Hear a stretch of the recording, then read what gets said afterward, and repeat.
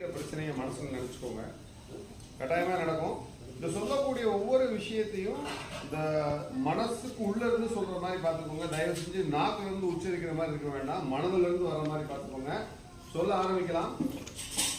ஓம் கா பைரவா போற்றி, ஓம் பைரவனே போற்றி, ஓம் நாசகனே போற்றி, அஷ்டரூபனே போற்றி, அஷ்டமி தோன்றலே போற்றி, குருவே போற்றி, காவலனை போற்றி, அவற்றை அழிப்பவனை போற்றி, அழிவே போற்றி, அற்புதனை போற்றி, அஷ்டாங்க பைரவா போற்றி, ஆனந்த பைரவா போற்றி, ஆலய காவலனை போற்றி, கொடுப்பவனை போற்றி, இருப்பவனை போற்றி, பைரவா போற்றி, குடிக்க ஏந்தியவனை போற்றி, குதிரம் குடித்தவனை போற்றி, உன்னத்த பைரவா போற்றி, உறங்கையில் காப்பவனை போற்றி, மீட்பவனை போற்றி.